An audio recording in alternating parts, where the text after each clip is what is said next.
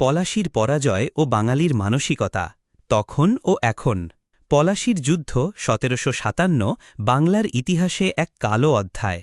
নবাব সিরাজউদ্দৌলার বিশাল সৈন্যবাহিনী, ১০,০০০ অশ্বারোহী, ৩০,০০০ পদাতিক, অসংখ্য কামান ছিল অপ্রতিরোধ্য।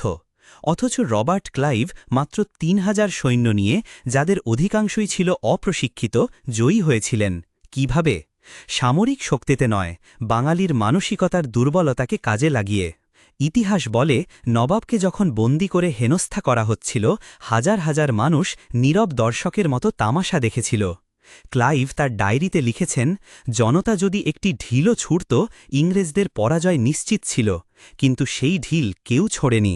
কারণ ক্লাইভ বাঙালির মনস্তত্ত্ব বুঝেছিলেন, দ্বিধাগ্রস্ত, স্বার্থপর, নিষ্ক্রিয়।